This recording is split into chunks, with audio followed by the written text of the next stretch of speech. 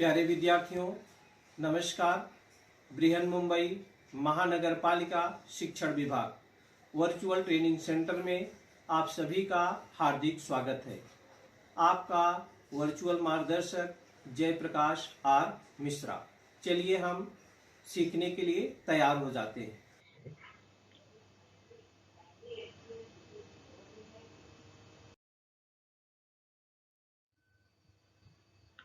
आज हम लोग कक्षा 10वीं विषय विज्ञान और प्रौद्योगिकी भाग 1, जिसको हम साइंस एंड टेक्नोलॉजी पार्ट 1 बोलते हैं। प्रकरण अपना है धातु विज्ञान भाग 2, जिसको हम इंग्लिश में मेटलर्जी बोलते हैं। बच्चों, जैसा आपने सीखा था वीडियो 1 में हम लोगों ने क्या क्या सीखा था उसके बारे में हम आपको बता देते हैं। बच्चों, वीडियो 1 में हम लोगों ने धातुओं के भौतिक गुणधर्म के बारे में देखा था, जिसको हम फिजिकल प्रॉपर्टीज ऑफ मेटल बोलते हैं। अधातुओं के भौतिक गुणधर्म के बारे में सीखा था, physical properties of non metals. धातुओं की अपक्रियाशीलता श्रेणी के बारे में सीखा था, रिएक्टिविटी सीरीज ऑफ मेटल। और धातुओं के रासायनिक गुणधर्म, इसके बारे में हम लोगों ने पहले वीडियो में सीखा था। आज हम दूसरे वीडियो में अधातुओं के रासायनिक गुणधर्म, अधातुओं के रासायनिक गुणधर्म, chemical properties of non metal, आयनिक यौगिक और धातु विज्ञान की विविध संकल्पना के बारे में सीखेंगे। Metallurgy various concepts. तो चलिए बच्चों, हम लोग शुरू करते हैं। आपने जैसा देखा था, जो भौतिक गुणधर्म था उसमें हम लोगों ने क्या क्या सीखा था। भौतिक गुणधर्म में धातुओं में आपने देखा था कि ये प्राय ठोस अवस्था में होती है, इसमें चमक होती है, इसमें तन्यता होती है। अधातुओं का जो देखा था आपने, प्राय वह कुछ ठोस अवस्था में कुछ गैसीय अवस्था में होती है, लेकिन उसका ब्रोमीन एक अपवाद बताया था कि वो द्रव अवस्था में होता है। अधातुओं में चमक नहीं होती है और अधातु में विद्युत और ऊष्मा की कुचालक भी होती है। धातुओं के रासायनिक गुणधर्म में हमने कहा था कि वो ऑक्सीजन के साथ क्रिया करती है, पानी के साथ क्रिया करती है, अम्ल के साथ क्रिया करती है। आज हम अधातुओं के रासायनिक गुणधर्म के बारे में सबसे पहले सीखेंगे।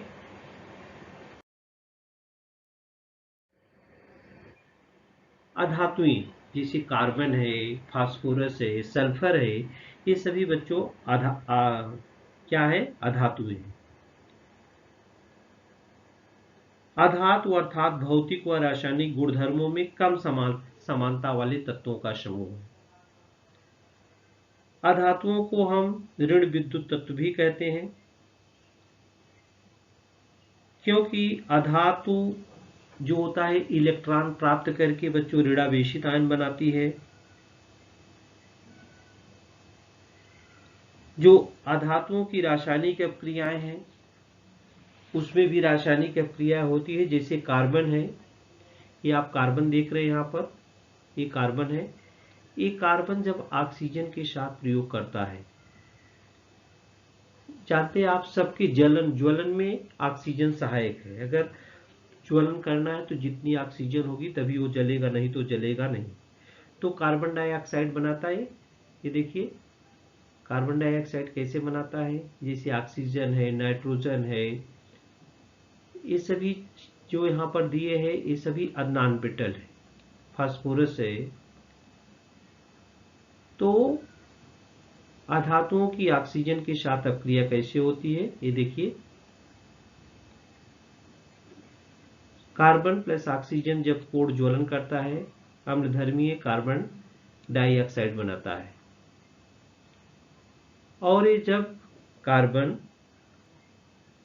का अपूर्ण ज्वलन होता है, माने पूर्ण ज्वलन नहीं हो पाता है, तो क्या बनाती है? ये उदासीन होता है, 2CO बनता है। इसी प्रकार से सल्फर के साथ, ये सल्फर है, इसके भी साथ क्रिया करता है तो ये SO2 सल्फर डाइऑक्साइड बनाता है अम्लधर्मी गुण के कारण। अधातुओं का भी ऑक्सीजन के साथ क्रिया होती है। अधातु ऑक्सीजन के साथ क्रिया करके अम्लधर्मी ऑक्साइड बनाते हैं और कुछ परिस्थितियों में उदासीन ऑक्साइड भी बनते हैं। इसी प्रकार से ये भी पानी के साथ भी क्रिया करती है, अम्लों के साथ भी क्रिया करती है, हाइड्रोजन के भी साथ क्रिया करती है। तो एक एक क्रिया को हम बारी बारी से देखते हैं। ये आपने ऑक्सीजन के साथ अब क्रिया देखा, दूसरी जो अब क्रिया है वो हम पानी के साथ देखेंगे। ये देखिए अधातुओं की पानी के साथ है, क्लोरीन है, अधातु है, ये पानी के साथ अब क्रिया करती है तो HOCl एक्वस बनाता है प्लस HCl बनाती है। माने अधातुओं की पानी के साथ अब क्रिया नहीं होती, हैलोजन इसका अपवाद है, लेकिन क्लोरीन पानी में घुलती है और वह क्रिया पूरी करती है। इसी प्रकार से तनु अम्ल के साथ कैसी अब क्रिया होती है?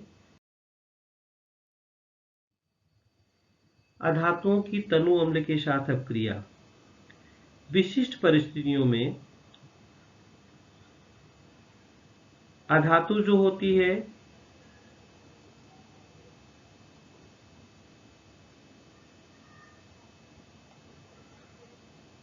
ACl2 प्लस 2HBr की क्रिया करके ये हाइड्रोजन क्लोराइड बनाती है। अधातुओं की हाइड्रोजन के साथ क्रिया देखिए, सल्फर है, ये नाइट्रोजन है, ये दोनों हाइड्रोजन से सहयोग कर रहे हैं तो ये बनता है H2S बनता है और 2NH3 बनता है।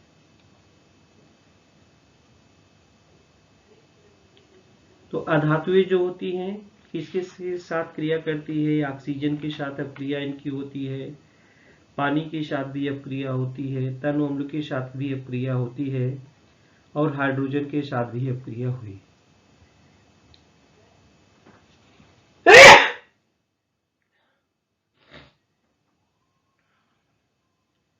क्लोरीन और हाइड्रोजन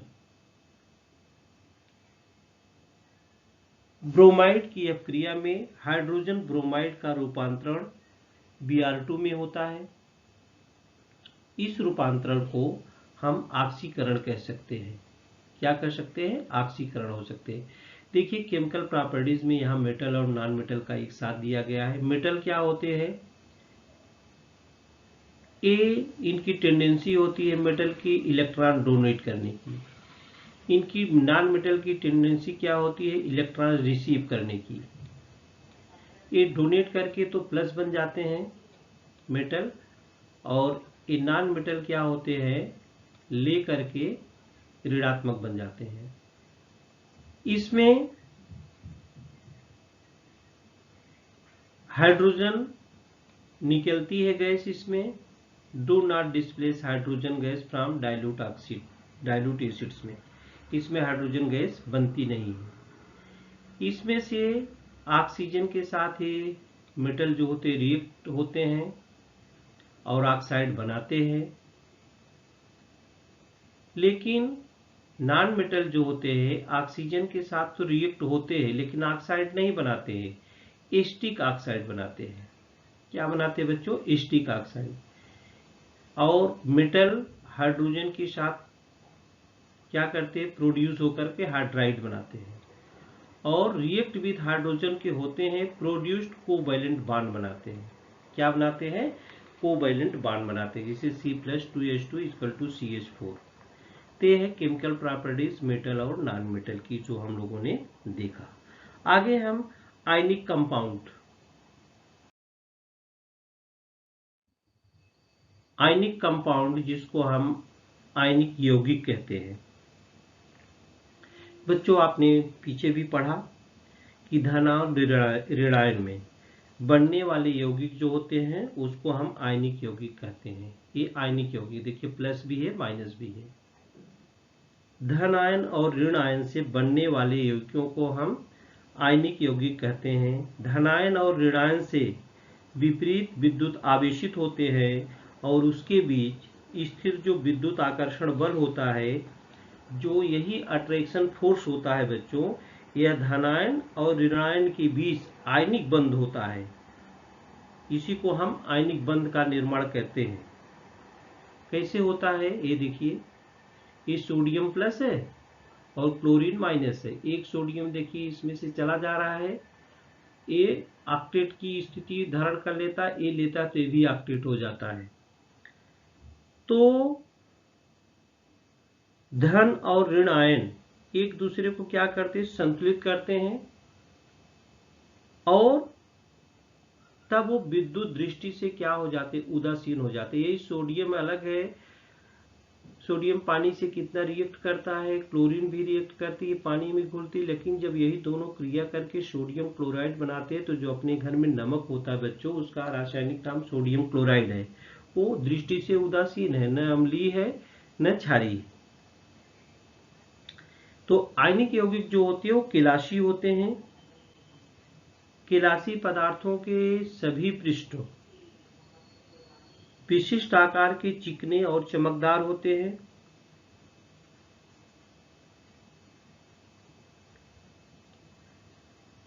इनके आयनों के नियमित विन्यास के कारण ही केलाशी रूप प्राप्त होता है। अलग अलग आयनिक यौगिकों के आयनों की रचना और विन्यास दोनों अलग अलग होते हैं, इसलिए इनके केलासों का आकार भी क्या होता है बच्चों, अलग अलग होता है। केलासों में स्थित आयनों का विशिष्ट विन्यास जिसके कारण होता है, वह प्रमुख घटक क्या है, विजातीय आयनों के बीच होने वाला आकर्षण बल और सजातीय आयनों के बीच होने वाला प्रतिकर्षण बल है। इसलिए केलासी जो संरचना होती है उसमें धनायन के चारों ओर ऋणायन और ऋणायन के चारों ओर धनायन, सामान्यतः ऐसा विन्यास होता है। विशिष्ट केलासी संरचना के लिए उत्तरदायी घटकों में से दो महत्वपूर्ण घटक क्या है, धनावेशित और ऋणावेशित आयनों का आयतन और आयनों पर स्थिर विद्युत आवेश का परिणाम।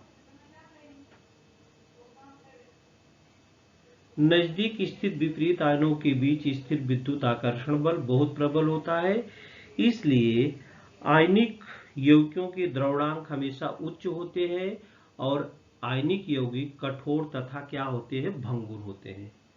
कठोर तो होते हैं लेकिन भंगुर होते हैं, मतलब आसानी से टूट जाते हैं। आगे हम आपको आयनिक यौगिक और उसके गुणधर्म के बारे में जानकारी देंगे। आयनिक यौगिक और उसके गुणधर्म के बारे में जानकारी।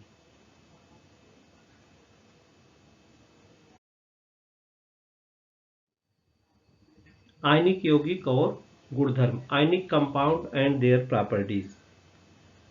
बच्चों, जो आयनिक यौगिकों की सामान्यतः गुणधर्म है, ये देखिए इलेक्ट्रोलाइट सेल्स है, ये आप अपनी प्रयोगशाला में जाएंगे तो करके देख सकते हैं।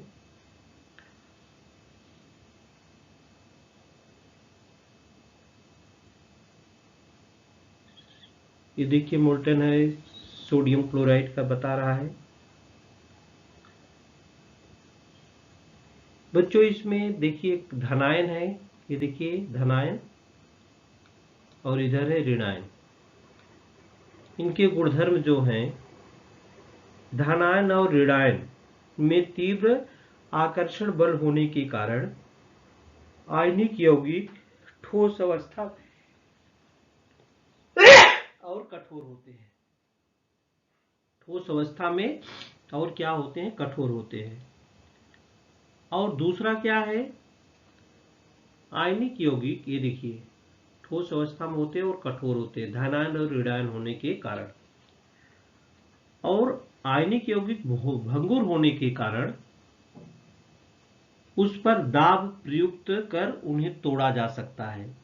उसको दाब प्रयुक्त करके उन्हें क्या कर सकता है, तोड़ा जा सकता है।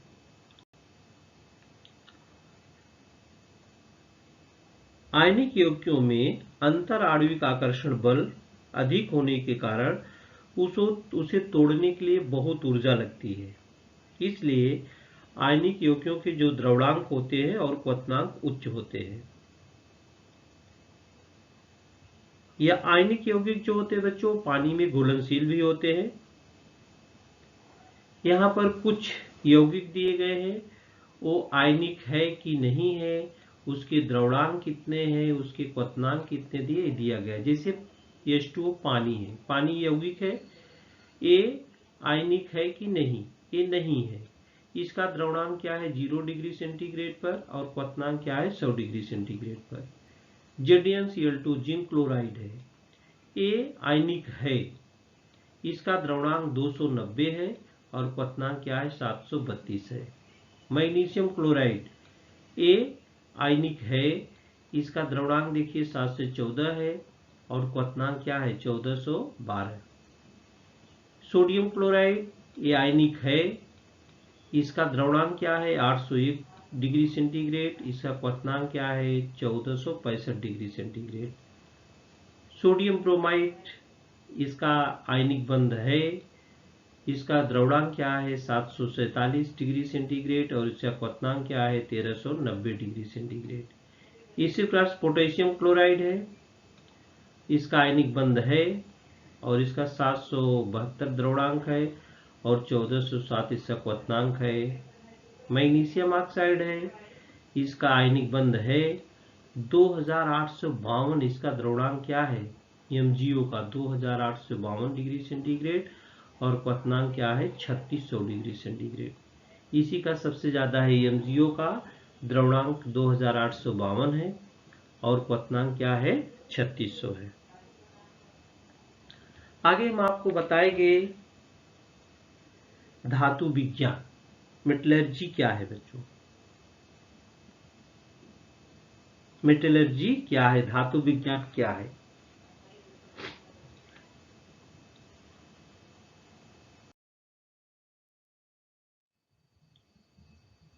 धातु विज्ञान, धातु का उसके खनिज से निष्कर्षण करना और उपयोग के लिए शुद्धिकरण करना, इससे संबंधित विज्ञान और प्रौद्योगिकी तंत्र ज्ञान को हम धातु विज्ञान कहते हैं।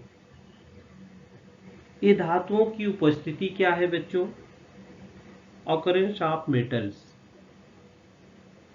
सामान्यतः अयस्कों को खानों में से बाहर निकालकर वहीं अलग अलग पद्धतियों का उपयोग करके उनमें उपस्थित मृदा अशुद्धि को दूर किया जाता है।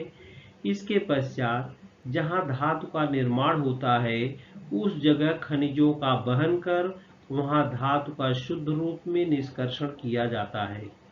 तत्पश्चात शुद्धिकरण की अलग अलग पद्धतियों का उपयोग करके धातु को अधिक से अधिक शुद्ध किया जाता है।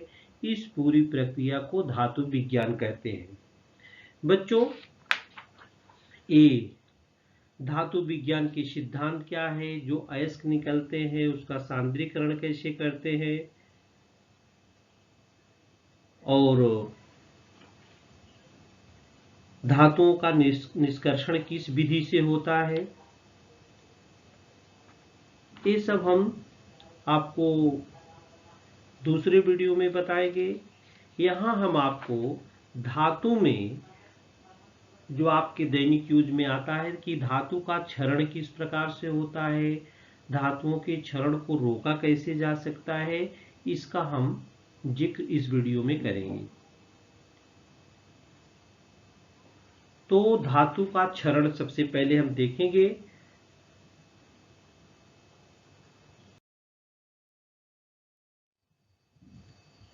धातु का क्षरण, बच्चों क्षरण क्या है। आपने देखा होगा जब पुराने घर गिरते हैं उसमें से जो छड़ें निकलती हैं तो वो काली काली रहती है छड़ें, माने उसमें कुछ घिस पिट जाता है।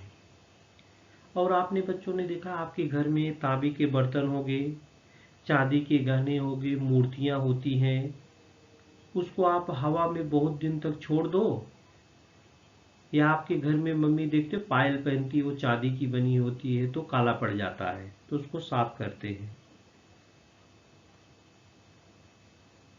या आप सड़क पर देखे होंगे जो टेम्पो है, टैक्सी है, खड़ी रहती है बहुत दिनों से खड़ी रहती है तो उसका भी कलर बदल जाता है तो वही कलर बदलना क्षरण कहलाता है। माने आप कोई भी वस्तु चांदी की बनी हो, लोहे की बनी हो, मेटल की बनी हो, उसको आप हवा में छोड़ देंगे तो हवा से क्रिया करती है, पानी से क्रिया करती है, और उसका कलर क्या होता है बच्चों, बदल जाता है। लोहे की वस्तुओं पर जंग लगता है, ये देखिए ये क्षरण है, यही क्षरण हो रहा है, आकृति उसकी दो मेटल की बदल जा रही है, एसिड पड़ रहा है उस पर, या गंदा पानी पड़ रहा है। ये देखिए जब घर और गिरता है तो जो लोहे की सरिया है, दीवार है, इस प्रकार को आपको काला काला दिखता है। ये किस कारण से होता है? तो लोहा जो होता है बच्चों, हवा के साथ अपक्रिया करता है। देखिए लोहा को Fe बोलते हैं, और ये ऑक्सीजन के साथ भी क्रिया करता है और पानी के साथ भी अपक्रिया करता है। तो लोहे की आर्द्र हवा के साथ अपक्रिया होकर उस पर एक लाल भूरे रंग का पदार्थ बन जाता है, जो Fe2O3 कहलाता है।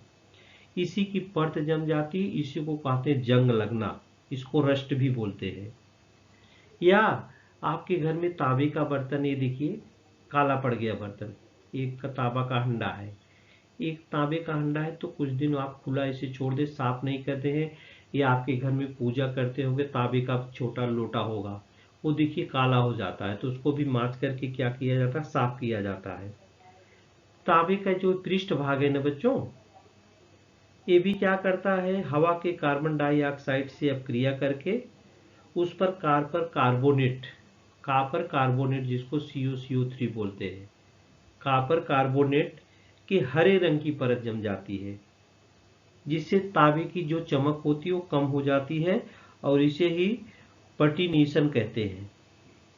क्या कहते हैं? पटिनेशन कहते हैं।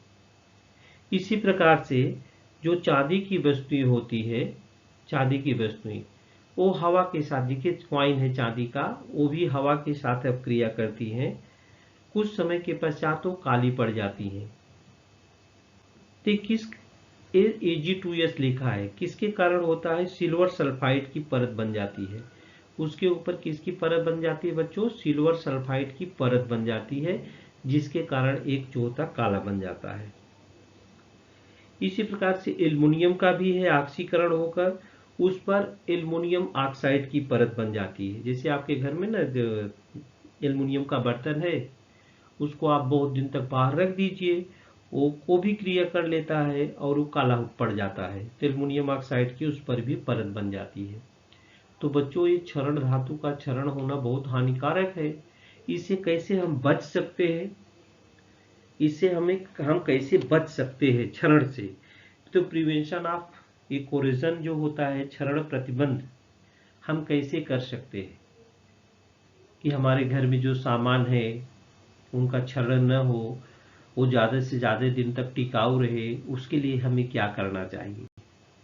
उसके लिए हमें क्या करना चाहिए? क्षरण प्रतिबंध, प्रिवेंशन ऑफ कोरिजन। तो बच्चों जैसा हमने बताया कि जितनी भी मेटल से बनी हुई वस्तुएं हैं उसमें क्षरण प्रक्रिया किसी में धीरे धीरे होती है, किसी में बहुत जल्दी होती है। जैसे आपका घर बना है तो उसमें लोहे की छड़ें लगी रहती है, खिड़की है, दरवाजा है, तो आप क्या करते हैं, उस पर जंग न लगे, इसके लिए क्या करना चाहिए? अगर जंग लग जाएगा तो खराब हो जाता है। तो आप देखते होंगे आपके घर में ग्रिल लगी होती है, लोहे की लगी होती है, एल्युमिनियम की या स्टील की, आजकल तो एल्युमिनियम स्टील की लगाते हैं, लेकिन पहले समय में जो अधिकतर लोहे की ही लगे होते थे। तो उससे बचने के लिए बारिश के पहले आप क्या करते हैं, उसकी रंगाई कर देते हैं, माने पेंट लगा देते हैं। तो उससे हम, पेंट लगाने का अर्थ यही बच्चों को, उस पर पानी माने पेंट का एक परत जम जाता है, तो ऑक्सीजन और पानी से जो होता क्रिया नहीं कर पाता है, तो उसमें जंग नहीं लगते हैं। तो धातुओं के क्षरण से रोकने के लिए हमें विशेष ध्यान देना पड़ता है, जिसमें लोहे का विशेष ध्यान देना पड़ता है। तो उस पर देखिए विविध प्रकार के पेंट आते हैं, उस पर हम लगा देते हैं।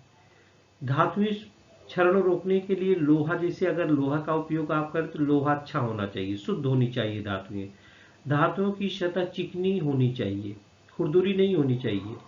धातुओं की सतह पर तेल, ग्रीस, पेंट का लेप करना चाहिए।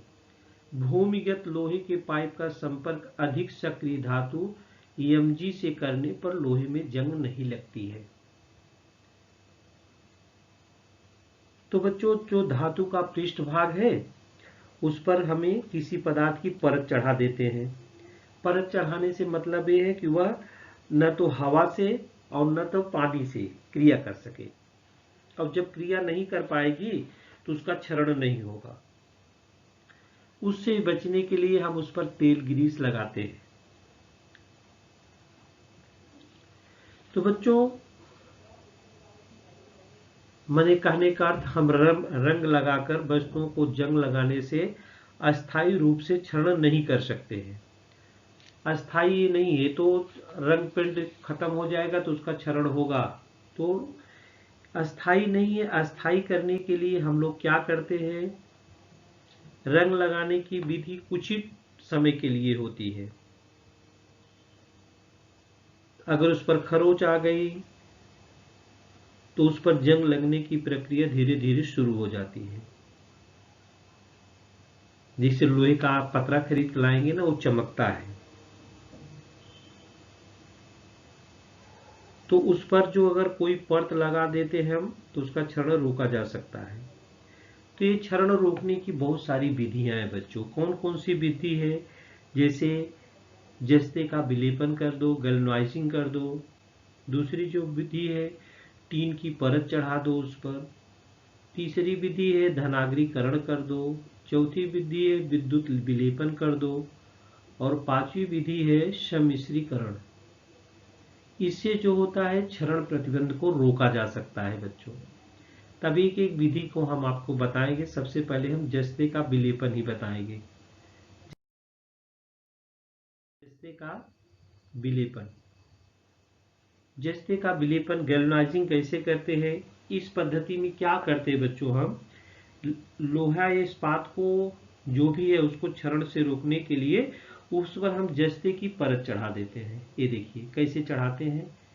ये मॉल्टेन जिंक है, इसमें हम लोहा है या इस्पात है उसको डाल देते हैं और उस पर ये हीटिंग एलिमेंट है, ये गर्म पूरा रहता है, तो उस पर एक पूरी परत जम जाती है।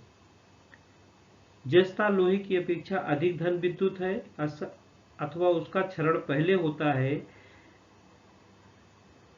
तो कभी कभी बारिश की कालावधि के पश्चात जस्ते की परत निकल जाती है और आंतरिक जैसी परत निकलेगी लोहा जो हवा के संपर्क में आने के कारण उसमें जंग लगना शुरू हो जाता है।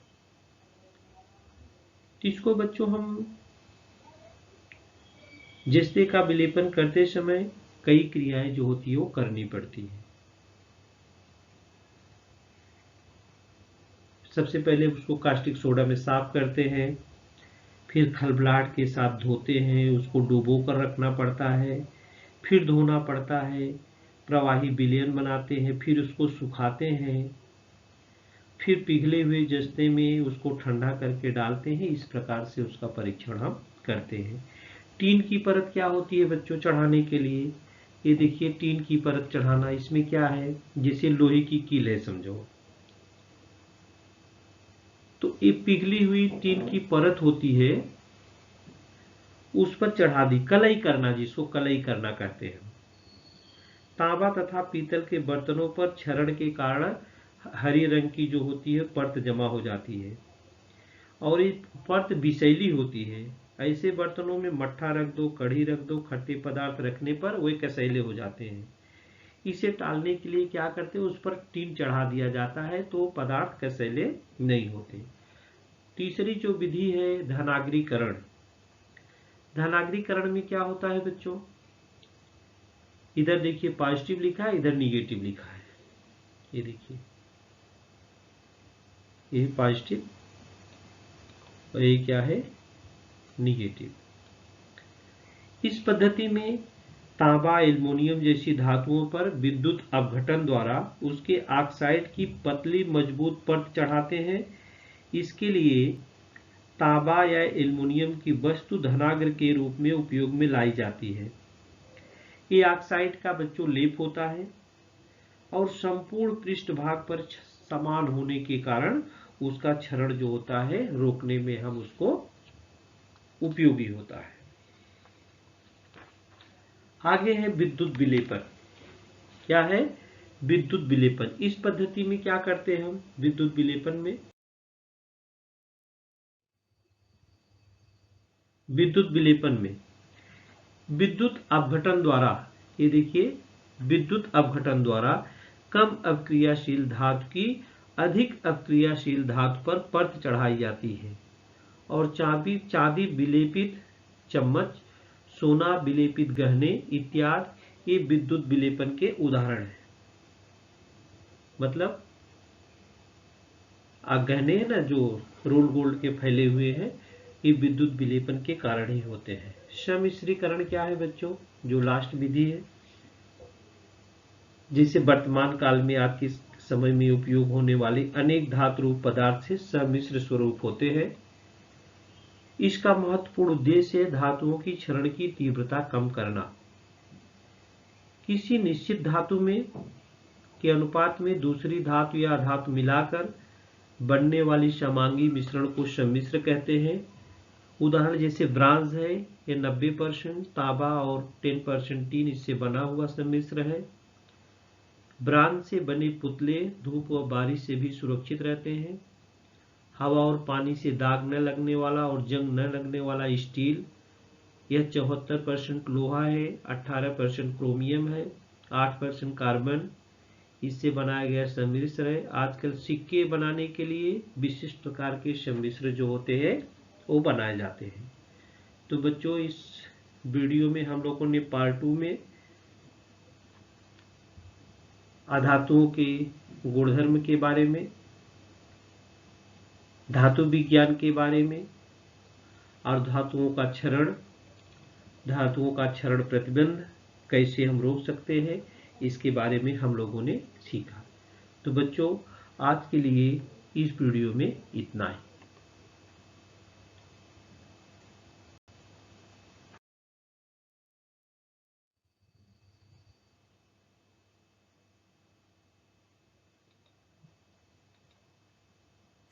प्यारे विद्यार्थियों, हमने जो आज सीखा, हमें पूर्ण विश्वास है आप उसको अच्छी तरह से सीख चुके हैं और उसका आप अच्छी तरह से अभ्यास भी करेंगे। आज के लिए इतना ही। धन्यवाद।